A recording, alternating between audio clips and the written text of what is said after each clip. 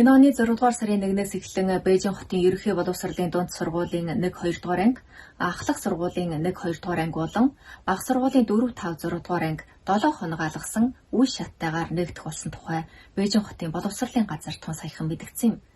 Тэгвэл мөн Бээжин хотын бага сургуулийн 1-2-3 дугаар анги 6 дугаар сарын 8-наас эхлэн хичээлээ нэх бэлтгэл хийх юм байна.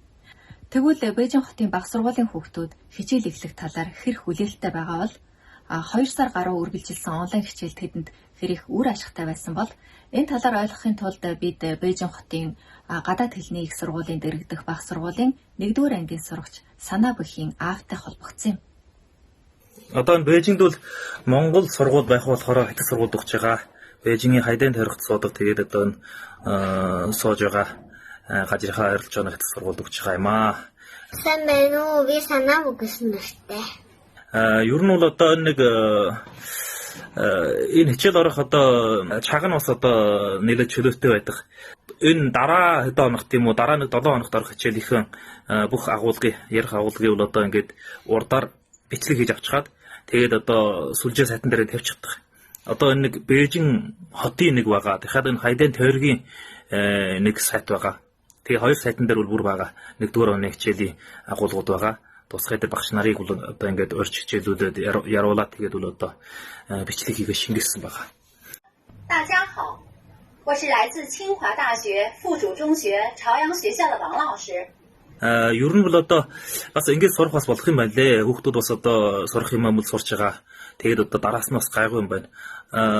Одоо ингээд хүүхдийн сурлагын дараа сүнд байна яаж яа гэдэг ингээд хэлээд идэх штеп. Гэхдээ бас ер нь одоо ингээд сайхан чагийн сайхан ашиглаад тэгээд жохжуулаад хэрэгчих юм бол бас гайгуул юм байна. Тийм хүнд бишээ. Нэг одоо өдрийн нэг чахтай бол одоо хойно өмнө штэ. Нэг чахтай бол одоо хүүхдүүд одоо тэг хичээлээ сураад тэгээд даалгавраа хийгээд ингээд дуусчихдаг. Тэр өөр чагаар нь бол одоо бүр өөрийн дуртай юм байна. Намаа уншнуу нааднуу тоглоно одоо бүр болно штэ. Hello everyone. My name is Sunny. Today I want to introduce my house. Тэгээ би хүүгээсээ асууж үзсэн чи одоо сургуульд очиж сурах дуртай байна уу? Эсвэл одоо ингээд онлайн хичээл сураад одоо сайхан байна уу гэсэн чинь ер нь гэртээ сурах нь гайгүй байна гэж байна.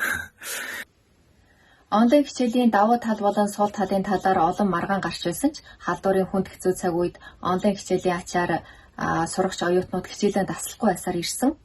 Ямар ч байсан хүнд хэцүү цаг үеийн арт гарч байгаа өнөөдөр сургууль хичээл нэгдэж байгаа нь хэн хүний хувьд ч гэсэн баярлууштай явдал билээ.